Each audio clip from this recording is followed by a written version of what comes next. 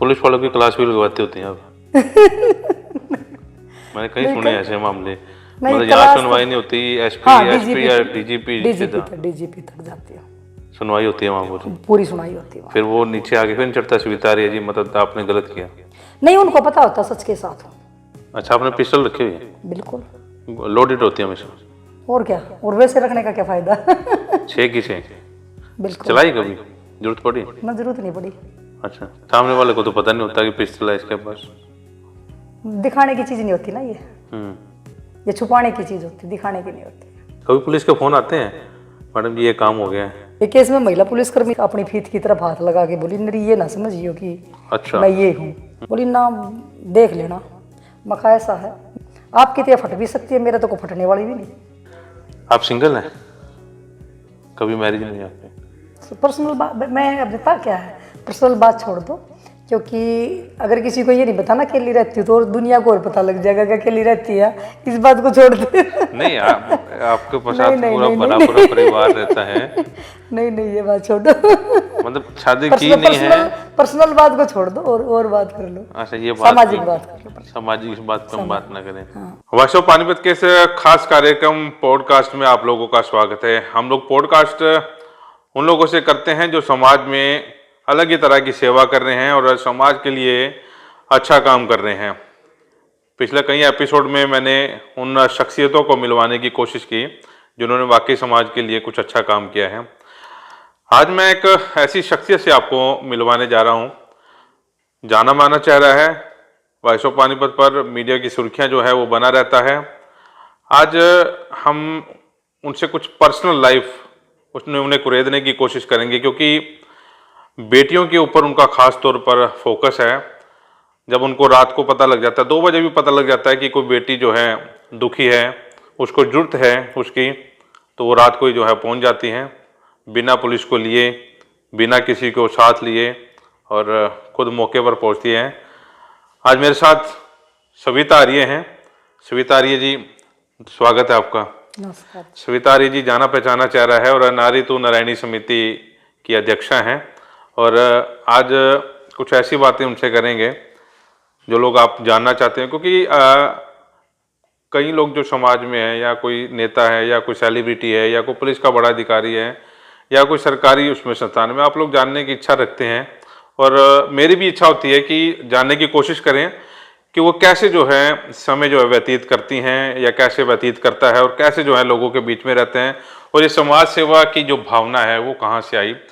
सविता जी से बातचीत करता हूँ। सविता जी, शुरुआत तो यहीं से करता हूँ कि आपकी बैकग्राउंड हिस्ट्री क्या है। लोग नहीं जानते कि सविता आर्य कहाँ से हैं। आप पानीपत में रहती हैं, आपकी पैदाइश कहाँ की है, आपके परिवार में कौन कौन है? मैं सोनीपत डिस्ट्रिक्ट से हूँ और पिछले 22 साल से पानीपत में हूँ। अकेले रह रहे हैं? नहीं, परिवार है। परिवार है, माँ है, भाई हैं, भाभी हैं, बहन हैं, तो यहाँ पे मैं और मम्मी हैं। अच्छा, ये समाज सेवा का जज्बा, आमतौर पर तो समाज सेवी होते हैं, पहले समाज सेवी शुरू कर दिया, 10-20 रुपये, 100 रुपये, 1100, 5000 से शुरू करी, फिर समाज सेवा शुरू करी, फिर राजनीति में घुस गए। ये समाज सेवा में शुरुआत कैसे हुई आपकी? कुलवंत जी, वैसे इच्छा तो बचपन से थी कि भाई कुछ समाज के लिए अच्छा करे। घर में देखते थे कि मतलब मेरे माँ बाप भी जैसे चाहे गौ सेवा है, चाहे वैसे भी गरीबों के लिए करते रहते थे, तो मैं सोचती थी कुछ सेवा करूँ। बच्चियों के लिए भी मन में टीस थी कि बचपन से देखते थे ग्रामीण प्रवेश में जब रहे कि भेदभाव बच्चियों के साथ होता था। लड़कियों को कई ऐसे भी परिवार देखे जहाँ पे नशेड़ी व्यक्ति शादी होने के बाद पत्नियों को पीटते थे, या कोई इस तरीके के जब हम वो देखते थे तो मेरे मन में टीस थी कि बच्चियों के लिए कुछ करूं।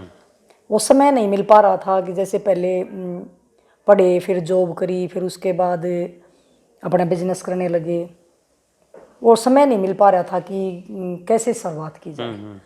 वो जैसे छुपके करते थे जब पहले, तो भाई किसी का भला करना है या किसी का, मतलब मेरे को ये तो था ही भी कोई अड़ोस पड़ोस में कुछ गलत हो रहा है तो मैं उसका विरोध करती थी। लेकिन 2015 में जब बेटी बचाओ बेटी पढ़ाओ अभियान की शुरुआत प्रधानमंत्री जी ने यहाँ से की थी पानीपत से, उस समय मेरी पहली वो राजनीति रैली थी जिसमें मैं गई थी, ये सोच के कि बेटी बचाओ अभियान जो है यहाँ शुरू हो रहा है पानीपत से, तो मुझे इसमें जाना चाहिए और देखूं कि बेटियों के लिए प्रधानमंत्री जी क्या करने के लिए आए हैं। और जिस समय मैं वो भाषण सुन रही थी, उनकी आंखों में मैंने वो दर्द देखा था कि जब उन्होंने बोला कि मैं जोड़ी पसार के निवेदन करना चाहता हूँ कि बेटियों को बचाइए। उस समय मेरी भी आंखें भर आई थी कि भाई जब देश का प्रधानमंत्री एक जागरूक नागरिक बन के बेटियों के लिए कुछ, चाहे डॉक्टरों से चाहे समाज के हर व्यक्ति से जब ये कह रहा है कि अपनी बेटियों को बचाइए, तो मुझे लगा कि बदलाव आएगा बेटियों के लिए। और वहाँ से मैंने संकल्प लिया था कि मुझे जो चाहिए था वो मिला और अब मैं बच्चियों की सेवा करूँगी। बदलाव आया? हाँ, पिछले 10 साल में है कुछ बदलाव। अब इतना बदलाव आ गया कि बेटियां अपने अधिकारों को ज़्यादा समझ गई, हद से ज़्यादा समझ गई। उस समय नहीं पता था, लेकिन अब हद से ज़्यादा बेटियां समझ गई। और आपको पता है कि उस समय जो एक बेटी बदलने का, बेटा बेटी का जो जून में मामला आया था, जब मुझे पता लगा और उसमें जब मैं केस में कूदी और 135 दिन तक जब आप सब ने सहयोग किया, मीडिया ने भी, सामाजिक संगठनों ने भी, और 135 दिन जब उसकी लड़ाई लड़ी उस बेटी की, वहाँ से आप लोगों की बदौलत पहचान मिली, नाम मिला और सेवा करने का एक मौका जो मिला। मैं ये कहती हूँ कि मीडिया ने जो मेरा साथ दिया था, और वहाँ से मैंने उल्टा मुड़ के आज तक नहीं देखा 10 साल में। अच्छा, फिर समाज सेवा बहुत हुई, आज बच्चा बच्चा आपको जानता है। मेरे ख्याल पुलिस के पास जो केस पहुंचता है, सविता आर्य को पता लग जाए, पुलिस वाले भी सोचते हैं या पहले सविता आर्य को सेटिस्फाइड किया जाए, अगर सविता आर्य सेटिस्फाइड ना हुई तो हमारे को केस का कोई फायदा नहीं मिलेगा। कभी पुलिस के फ़ोन आते हैं, मैडम जी ये काम हो गया है? नहीं, जैसे कोई बच्ची गुम होगी व मिल गई तो बताते हैं लड़की मिल गई, या कोई और मामला, जैसे आपने पता कि कोई छोटी बच्चियों के साथ दुष्कर्म के मामले होते हैं, उसमें आपने देखा कि कई केसों में मीडिया को भी नहीं पता होता, किसी भी समाज में व्यक्ति को पता नहीं होता, और मेरे को पता होता वो परिवार कहाँ पे है। जैसे वो 4 साल की बच्ची का मामला था, जो बच्ची को मार के वो तांत्रिक ने, दिवाली ने उसकी जो बलि चढ़ाई थी, उसके बाद जब वहाँ के सभी व्यक्तियों को, अड़ोस पड़ोस के बहुतों को पुलिस ने उठा लिया था और उस परिवार को वहाँ से छुपा दिया था।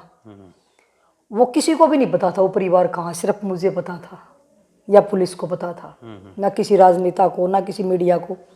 एक दिन ऐसा भी आया था कि एक मीडिया वाला मेरे पीछे पीछे चल रहा है और मेरे को लग रहा है कि कोई मीडिया वाला मेरा पीछा कर रहा है।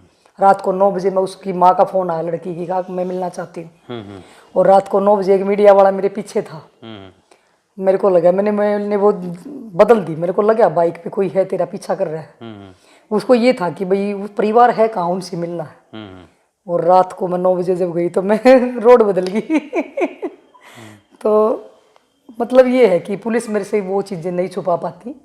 छुपाने की कोशिश उन्होंने बहुत करी थी, लेकिन मैं क्या होता, जैसे ही परिवार मिलता मैं उसी टाइम चुप देनी, उनको नंबर दे देती हूँ, फिर वो फ़ोन करके बता देते पुलिस हमारे साथ ये गलत अच्छा, कई बार ऐसा हुआ कि मतलब जिसको किसी केस को पुलिस नहीं ढूंढ पाई और सविता आर्य ने रख दिया जी, ये देखो जी ये चीज़ तो ऐसी, आप गलत जा रहे हो।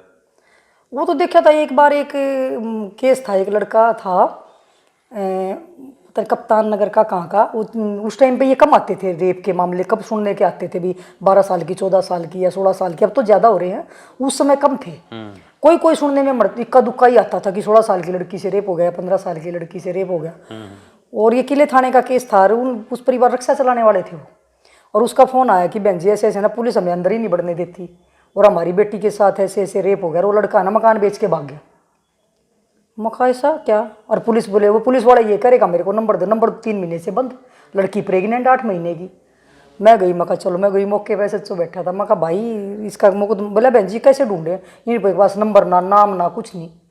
मका कोई ना, वो तो मैं कर लूँगी।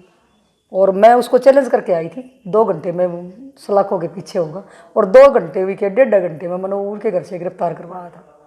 उस दिन पुलिस वाले ये मान गए थे कि कमाल है, बगैर नाम नहीं, नंबर नहीं, कुछ नहीं, सिर्फ उन्होंने हल्की सी पहचान बताई थी कि वो व्यक्ति है, उसका ये मतलब उसके बाबू फादर का नाम है, और नंबर कुछ था ही नहीं।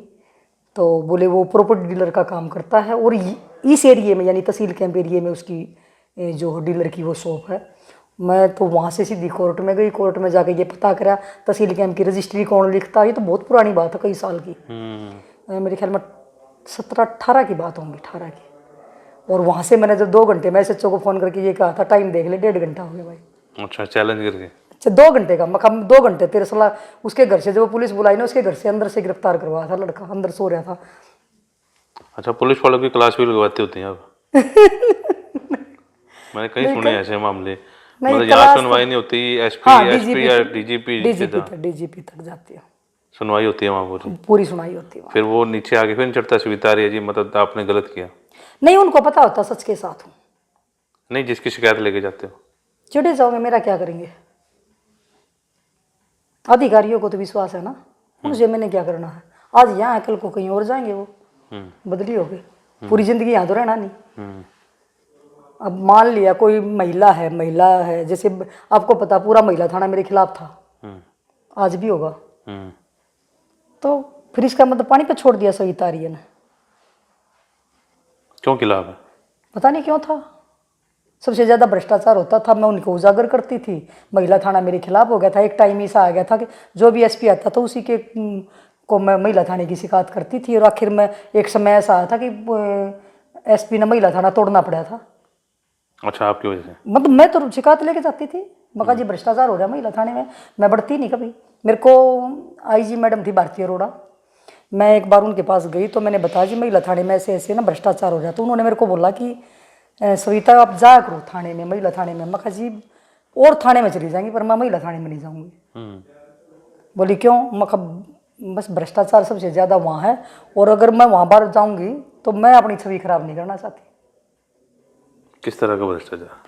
आपको पता ही है किस तरीके का भ्रष्टाचार होता था। मेरे से क्यों कुंवारे, सबको पता है किस तरीके का भ्रष्टाचार होता है। अच्छा, एसपी विश्वास करते हैं आपके? बिल्कुल करते हैं जी। अच्छा, कभी ऐसा हुआ है मतलब लड़की लड़के का जो मामला आपके पास आते हैं कई बारी, कभी पैसे की ऑफर आई आपके पास?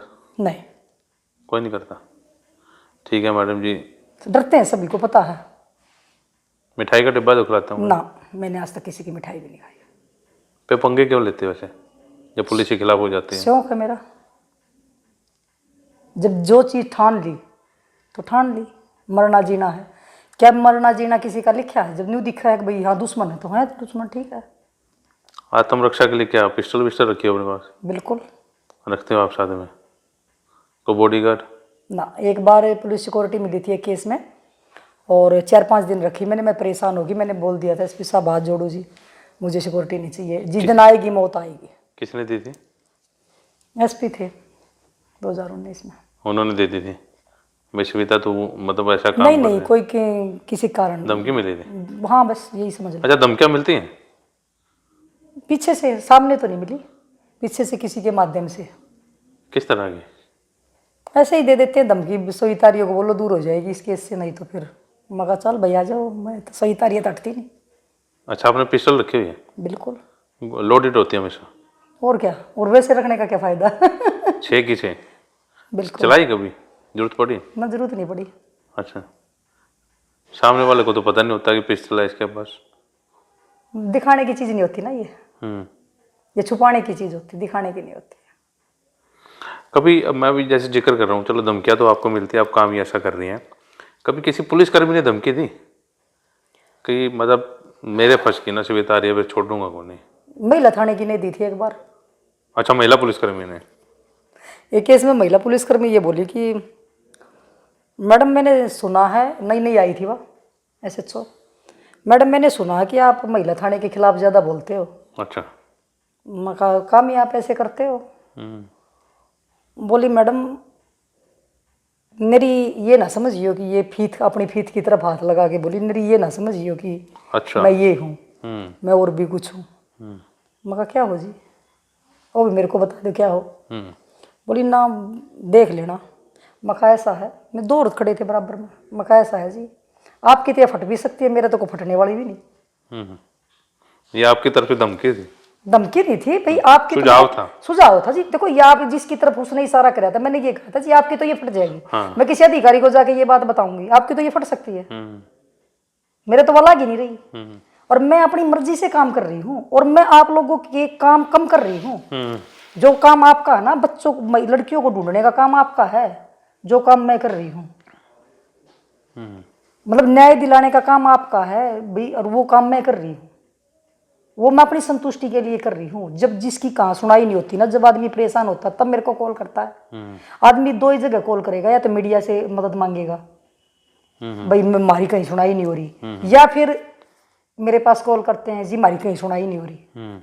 मैं पहले मेरा होता है कि मैं आईओ को पूछूं। आईओ तो जब मैं फ़ोन करूँ कई बार, मैं कहा भाई यो केस था न्यू के है, कई तो ऐसे हैं अपना बेरा है सीधा। एक दिन तो एक मेरे तो सीधा आप तो हमारे पे प्रेशर बना रहे हो। अरे मैंने तो न्यू तो पूछी है, 12 साल की छोरी ढूंढी क्यों ना, प्रेशर कौन सा बना दिया, सिर्फ इतना ही पूछा था, अरे वह लड़की नहीं मिली। बोले जी आप तो हमारे पे प्रेशर बना रहे हो, सीधा यो ही जवाब था उसका। मखा प्रेशर तो मैंने बढ़ाया ना, मैंने पूछा है, बाकी इतना प्रेशर लग गया हो तो सॉरी, और फोन काट दे। तेरे तो ऊपर एसएचओ उस तो पूछूंगी, एसएचओ नहीं सुनागा डीएसपी तो पूछूंगी, डीएसपी नहीं सुनागा एसपी तो पूछूंगी, एसपी नहीं सुनागा आईजी तो पूछूंगी, आईजी साहब नहीं सुनागा डीजीपी साहब दूर जाऊंगी। इतनी औकात रखती है सही तरीके की, वहां तक जा सकती है। अच्छा 10 साल हो गए आपको, कितने साल हो गए? 15 साल? 10 साल।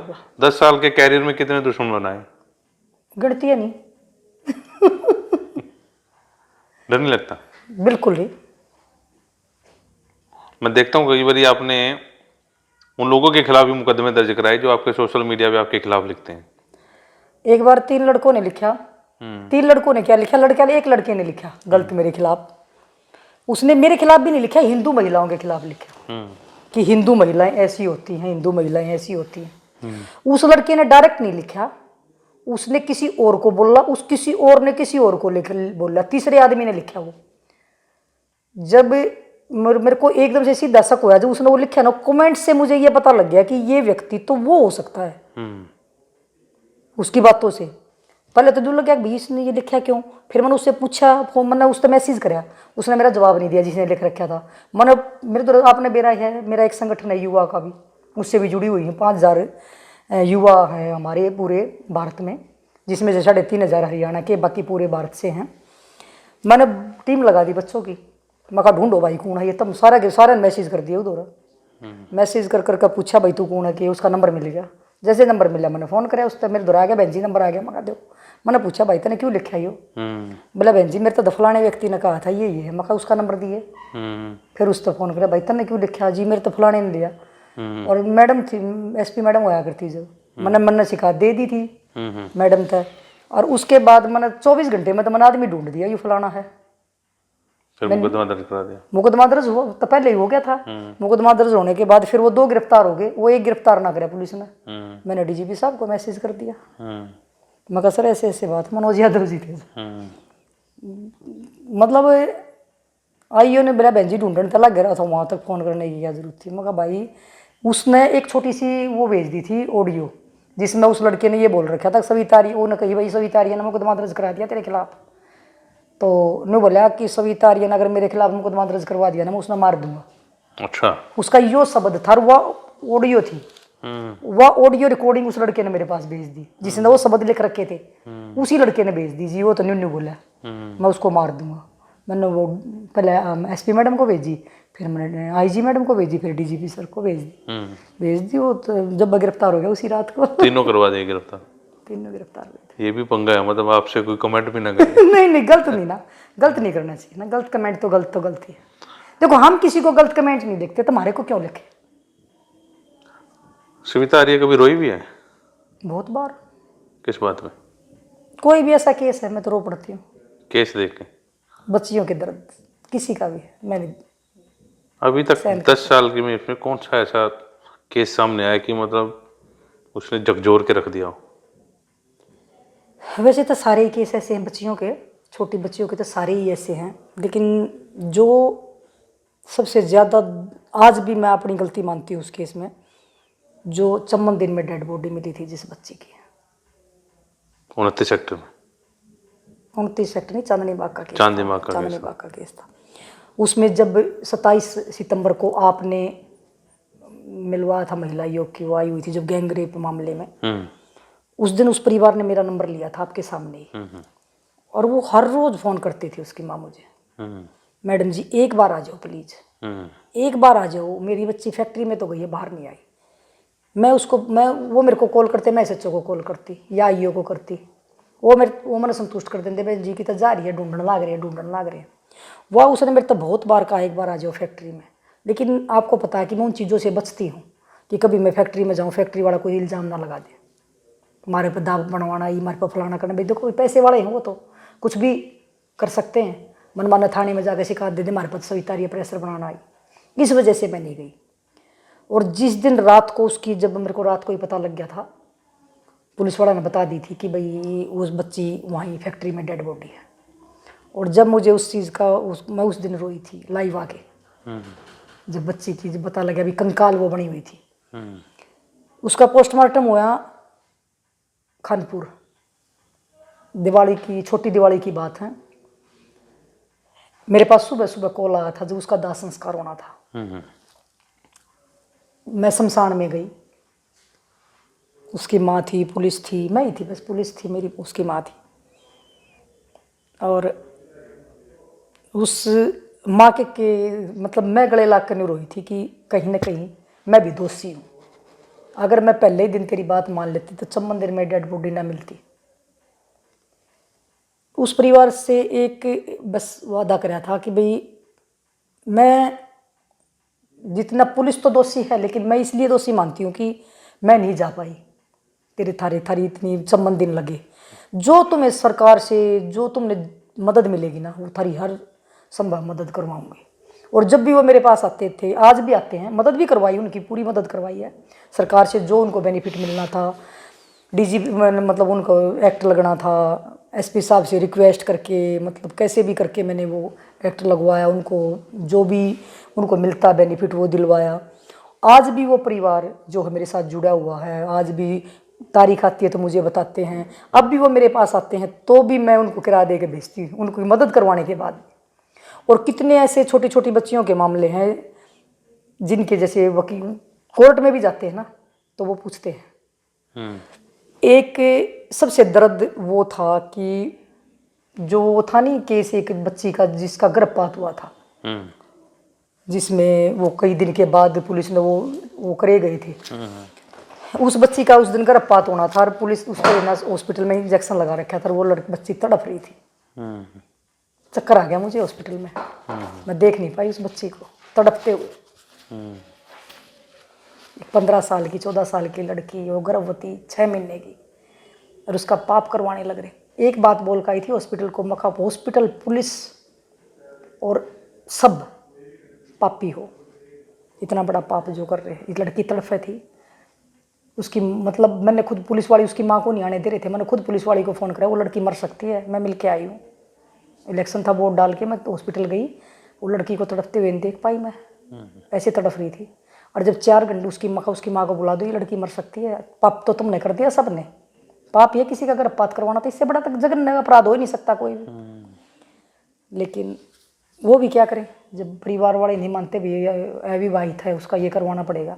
लेकिन मैं उस चीज़ के खिलाफ हूँ, जो ये गर्भपात होते हैं ना, ये अविवाहित है जब गर्भवती होती है और उनके ये गर्भपात होते हैं, मैं उस चीज़ के खिलाफ हूँ, क्योंकि पाप है। बच्चियां गलती करती है ये चीज़ है, लेकिन पाप तो ना करो, जन्म दो उनको। आज किसी की ज़रूरत है, किसी लड़की को, अकेली लड़की रह सकती है क्या? उसको ज़रूरी थोड़ा है कि भाई उसको पुरुष किया जा सकता है, मेरे हिसाब से तो नहीं है आज के दिन।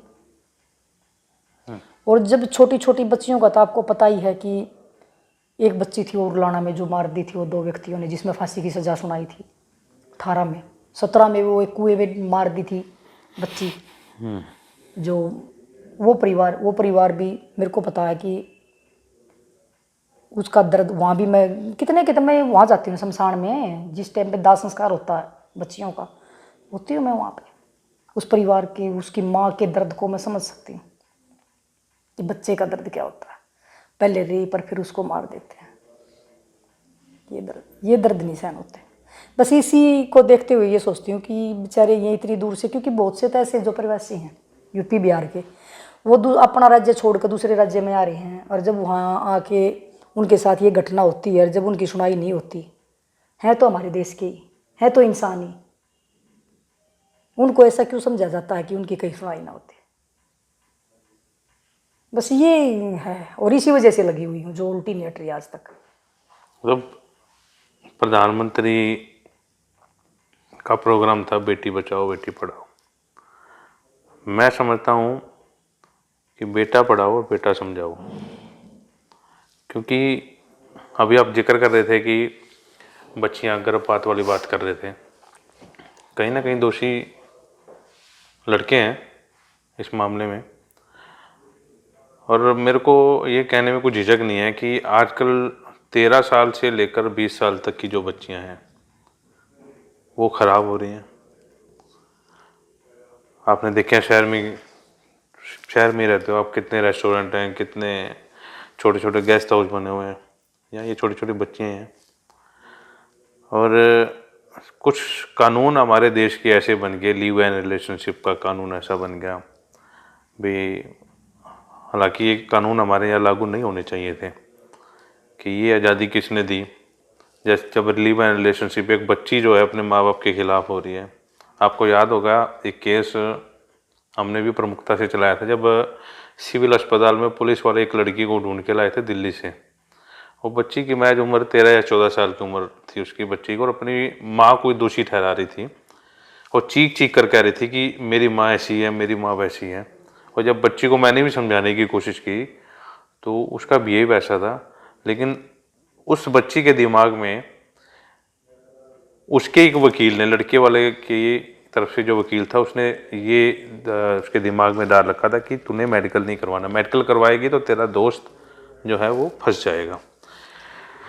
आप इस चीज़ को कैसे देखती हैं, ये जो बच्चियां जो ख़राब हो रही हैं 13 साल से? देखो शहर इंडस्ट्री है, बहुत बड़ी इंडस्ट्री है, माँ बाप को काम पे जाना होता है, बच्चियां पीछे घर में अकेली रहती हैं,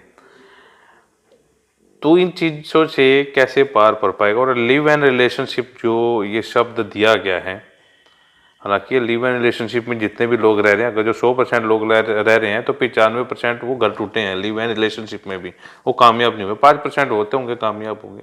इन चीज़ों को कैसे देखते हो और इन चीज़ों से कैसे उभर पाएगा ये देश? देखो, ये पहले आपने एक सवाल पूछा, 12-12, 13-13 साल की लड़कियां खराब हो रही हैं। उसके दो कारण हैं।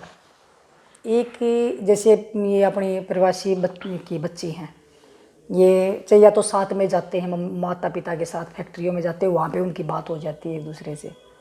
दूसरा मैं मानती हूँ सोशल मीडिया, फ़ोन बीमारी है जो ये, मैं जितने भी केस मिले तकरीबन इंस्टाग्राम से पता लगता है, इंस्टाग्राम पे दोस्ती थी। पता होता नहीं बच्चों को कि इंस्टाग्राम पे कौन किससे बात कर रहा है, नाम बदल के, भेस बदल के या क्या। उसके बाद वो लड़कियां, इनकी छोटे छोटे कमरे होते हैं, आपने बताया कि आप भी बहुत से केसों में गए हैं जब बच्चियों के होते हैं, तो वहाँ पे 8 बाई 10 के कमरे बने हुए होते हैं, 2-2, 4-4 उनका बच्चे होते हैं, उसी में पूरा परिवार होता है। किशोरी अवस्था ऐसी होती है, माता पिता सोचते बच्चा सो रहा है, लेकिन बच्चा अपने माता पिता को लाइव देखता है। उससे वहाँ से बच्चे में बदलाव, क्योंकि ये उम्र एक ऐसी होती है किशोरी अवस्था, इसमें बहुत ध्यान रखना पड़ता है माता पिता को। उनको क्यों नहीं पता होता? क्योंकि वो दिन में दिहाड़ी मजदूरी करते, रात में शराब पीते हैं, नशे में उनको पता ही नहीं होता। फिर एक नया, जैसे आपने कहा कि बच्चियां अपने माता पिता के खिलाफ हो जाती हैं, कि वो क्या करते हैं कि जिस लड़के के साथ वो प्यार में होती है, वो लड़का उसको पट्टी पढ़ा देता है कि बड़े पिता के खिलाफ, अगर पिता है तो पिता के, भाई है तो भाई के खिलाफ कुछ भी लिखवा दो। ऐसे भी कई मामले आए हैं जिसमें लड़कियां अपने आशिक को बचाने के लिए अपने भाई का या अपने पिता का नाम ले देती हैं कि हमने इनसे खतरा है, इन्होंने हमारे साथ रेप करने की कोशिश करी, इन्हें मेरे साथ छेड़खानी करने की कोशिश करी। आपको याद हो गया होगा, एक सनोली थाना के अंतर्गत एक मामला होता था 2019 में। उस लड़की ने अपने पिता के खिलाफ मुकदमा दर्ज करवाया था कि मेरे पिता ने मेरे साथ छेड़खानी करी। और मैं उस केस में एसपी साहब से बात हुई थी मेरी, तो वो बोले आप मिल के आना, उसकी लड़की की काउंसलिंग करके आना। और मैं उस लड़की की काउंसलिंग करने उसके घर गई थी, और वहाँ से मैंने काउंसलिंग से ये बता दिया था इसने अपने पिता का झूठा नाम ले रखा है, इस लड़की किसी और के चक्कर में है, लेकिन ये नहीं पता को व्यक्ति कौन है। उसका जैसे ही उसका पिता जेल में था, 3 महीने के बाद उसका पिता छूट का, जिस दिन उसका पिता जेल से बाहर आया उसी दिन वो लड़की भागी। नाबालिग थी, 15-16 साल की, वो लड़की भागी। बाद में पता लगा कि उनके घर कोई तांत्रिक आता था, दादा बोलती थी उसको, वो उसके साथ भागी। जब उस लड़की का पता लगा, वो लड़की 19 साल की हो चुकी थी।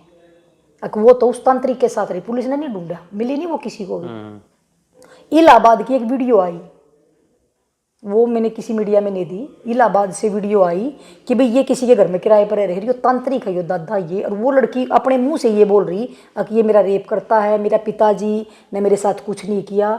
और ये चीज़ मतलब उस ये आई पीछे जब अजीत जी थे एसपी, उस टाइम पे आई थी। वह जब वीडियो मेरे पास आई तो वह वीडियो मैंने एसपी साहब को दिखाई, सर ये मामला ऐसे ऐसे था और ये लड़की आज उस तांत्रिक के साथ है। जब उस थाने में पता करवा तो उन्होंने बताया कि वो जब 19 साल की हुई तो खुद कोर्ट में आके बयान देगी कि मैं अपनी मर्जी से अपने दादा के साथ रह रही हूँ। और जो वो वीडियो आई थी उस वीडियो में वो लड़की खुद ये बोल रही है कि ये मेरे साथ गलत करता है और वो तांत्रिक है। और वीडियो भी वो अंदर की आई थी तांत्रिक की, जिसके घर में वो किराए पर रहती थी, उन्होंने वहां से भगा दिया। तो वो इलाहाबाद ही नजदीक, संगम के नजदीक ही रहते थे। तो अब ये देखो ऐसे ही फिर एक था आपने चलाई थी वह न्यूज विकास नगर की, एक लड़की लाइव आकर बोल रही थी मेरे फादर ने मेरे साथ ये किया। मैंने आपके चैनल पे देख के मैं वहाँ गई थी, एसपी साहब से बात हुई, उन्होंने वहाँ की थाने की एक आईओ भेजी, एसएचओ को बोल के इधर से मैं भेजी, और हम उस लड़की की वहाँ भी मैंने बता दिया था ये किसी लड़के को बचा रही है। और बाद में पता लग गया कि उसकी बुआ के गाँव का लड़का था। तो ये यही चीजें हैं। अभी लिव इन रिलेशनशिप पे भी हाँ, बात हमारी फिर उसके बाद अब आगे लिव इन वाली एक ये क्या करते हैं कि रेप, पहले रेप का मुकदमा दर्ज करवा देती थी कि भाई किसी के साथ मान ले 5 साल 4 साल रहती, शादी का झांसा दे के मेरे साथ ये किया। तो वकीलों ने इनको पढ़ा दिया कि अगर आप ऐसे करेंगे तो ये 2 साल पाछा 4 साल पाछा आपके खिलाफ मुकदमा दर्ज करवा देगी रेप का, इसलिए आप ये लिव इन रिलेशनशिप के कागज बनवा लो, उससे लड़के को बेनिफिट मिल जाएगा। ओके। तो इस वजह से ये लिव इन रिलेशनशिप के कागज बनाते हैं। अच्छा। अब एक ताज़ा मामला आया सामने कि एक लड़की है कि सदर थाना के अंतर्गत एक गांव का नाम मैं नहीं बता सकती, एक लड़की है 19-20 साल की, वो घर से गई हुई है पड़ोस के गांव की लड़की से, दूसरी जाति की, एक दूसरे की जाति भी अलग है। उस लड़की को पुलिस लेने के लिए गई, उस लड़की ने मना कर दिया कि मैं जाऊंगी नहीं और मैं अपनी मर्जी से यहाँ रह रही हूँ। पुलिस मजबूर होगी, छोड़ के आ गई, कागज बनवा रहे थे लिव इन, वो देख के पुलिस छोड़ आई, लेकर नहीं आई। अच्छा, देख लो, क्योंकि वो बालिग थी। मतलब थाने में चली गई, वहां के थाने में उसने बयान दिया कि मैं अपनी मर्जी से रह रही हूँ, मैं नहीं जाऊंगी। ये लिव इन रिलेशनशिप जो है खराब कर रहे हैं। बिल्कुल, ये तो जी हमारे सभ्य समाज में ये चीजें शोभा नहीं देती। हमारे सभ्य समाज में इसको नाम ही कुछ और दिया जाता है। मेरे ख्याल एक महिला अपने पति को छोड़ के दूसरे के साथ रह रही है, या मतलब शादीशुदा होते हुए भी किसी के साथ कागज बनवा कर रह रही है, क्योंकि ये हमारे सभ्य समाज में ये चीजें नहीं थी। और 1-2 एमएलए ने, हमने देखो कई बार हम देखते भी हैं इसमें, 1-2 ने आवाज भी उठाई है कि ये बंद होना चाहिए। तो हम ये कहते हैं, हम तो अपने भी कहते सरकार से निवेदन करना चाहते हैं कि एक आधा कोई और ऐसा विधायक सामने आए या एक आधा कोई सांसद सामने आए जो ये आवाज उठाए, वहाँ पे सरकार इस पे संज्ञान ले कि भाई देखो हमारे सभ्य समाज में ये चीजें शोभा नहीं देती। अच्छा, बच्चियों की आवाज उठाते हो, और अब तो और मर्दों की आवाज भी आप उठाने लग गए, क्योंकि सबसे ज्यादा मर्द दुखी होने लग गए, ठीक है। और मेरे ख्याल 95% जो मर्द है वो सुसाइड कर रहे हैं, 5% औरतें जो वो सुसाइड कर रही हैं। पहले सुसाइड औरतें ज़्यादा करती थी, मर्द कम करते थे, इसमें इजाफा हुआ है। मैं स्वीता आर्य की बात करूं, स्वीता आर्य की बैकग्राउंड में अभी, क्योंकि पर्सनल सवाल है और पब्लिक जरूर जानना चाहती है, आप सिंगल हैं? कभी मैरिज नहीं हुई आपकी? पर्सनल बात मैं अब बता क्या है, पर्सनल बात छोड़ दो, क्योंकि अगर किसी को ये नहीं बताना अकेली रहती हो तो और दुनिया को और पता लग जाएगा कि अकेली रहती है, इस बात को छोड़ दे। नहीं, आपके पास पूरा बड़ा परिवार रहता है। नहीं, ये बात छोड़ो।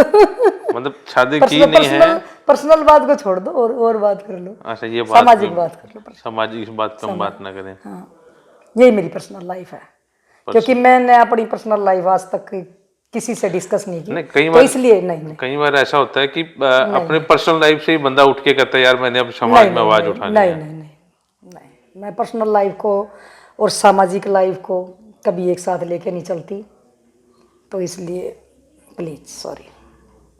चलिए, सविता आर्य हमारे साथ है, और अच्छा प्रयास और दुश्मनी अच्छी, पिस्टल हमेशा साथ में रखती है। आप लोगों को शायद पिस्टल देखी है, और जांबाज है, कुछ करने का जज्बा है इनमें, और इसीलिए जो है आज अपने पॉडकास्ट में मैं स्वीता आर्य से रिक्वेस्ट की कि आज आप आओ, क्योंकि वैसे तो बच्चियों की आवाज़, महिलाओं की आवाज़, औरतों की आवाज़ और जितने बड़े बड़े मुद्दे उनकी आवाज़ उठाते हुए दिखती हैं, लेकिन आज हमने कुछ डिस्कशन करने की ये आजकल कोशिश सबसे की। ज्यादा पुरुषों की उठाती हूँ। पुरुषों की आवाज उठाती है, पुरुषों क्योंकि चलते चलते एक बात और डिस्कस कर ले। पिछले दिनों एक मुद्दा उठाया हुआ था कि 300 से ज्यादा महिलाएं जो है घर से फरार हो गई।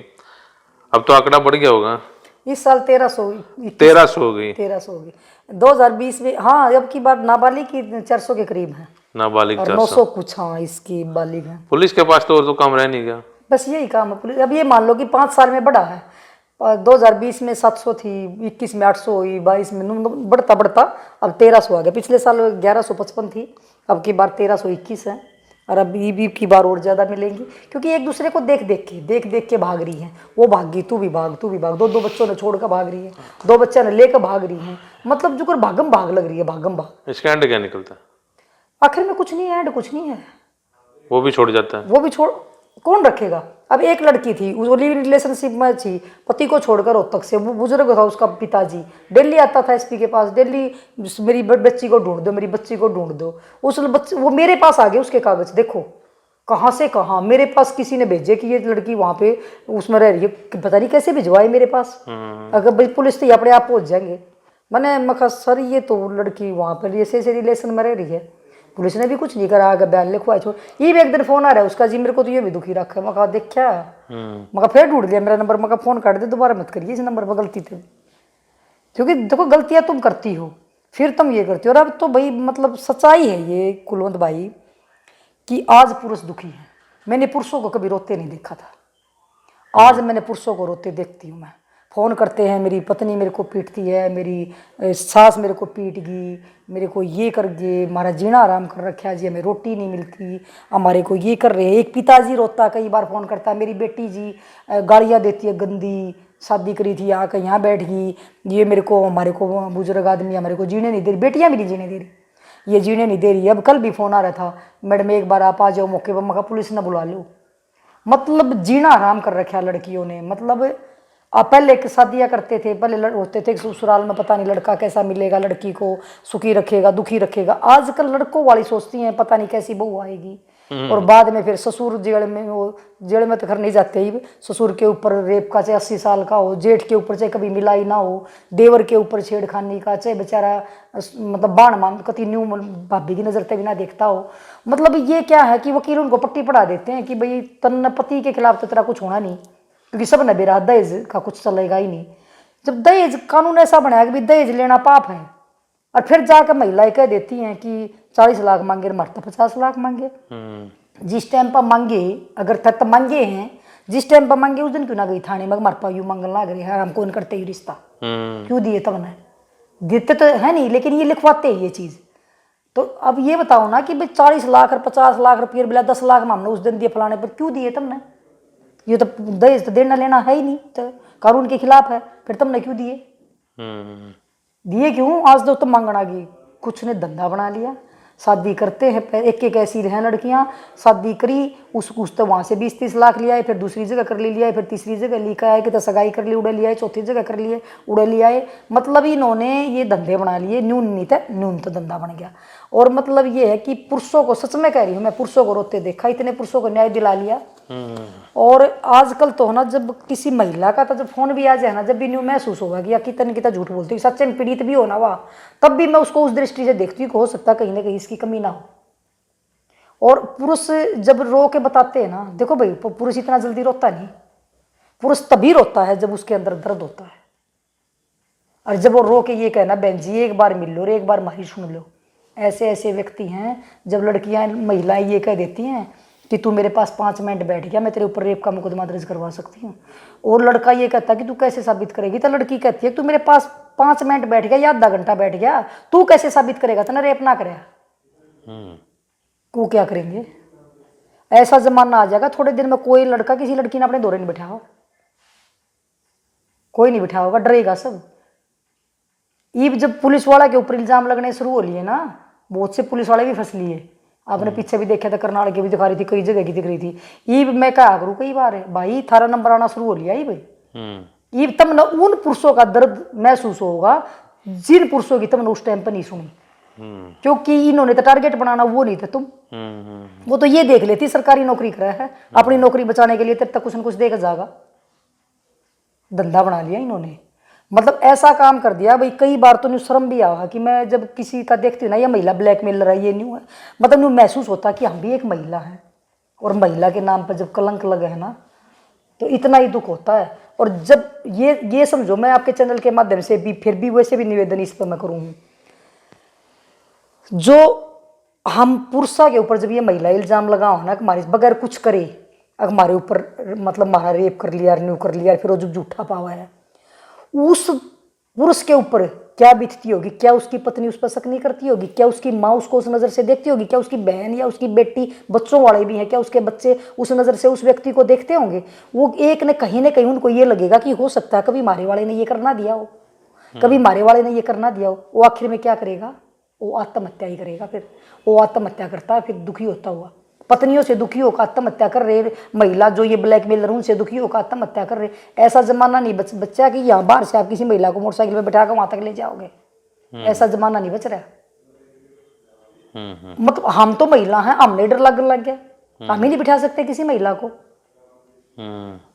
क्योंकि वो टाइम ऐसा आ गया कि लोग बचेंगे, विश्वास नहीं करेगा कोई। ऐसा टाइम आ जाएगा कोई किसी पे विश्वास ही नहीं करेगा।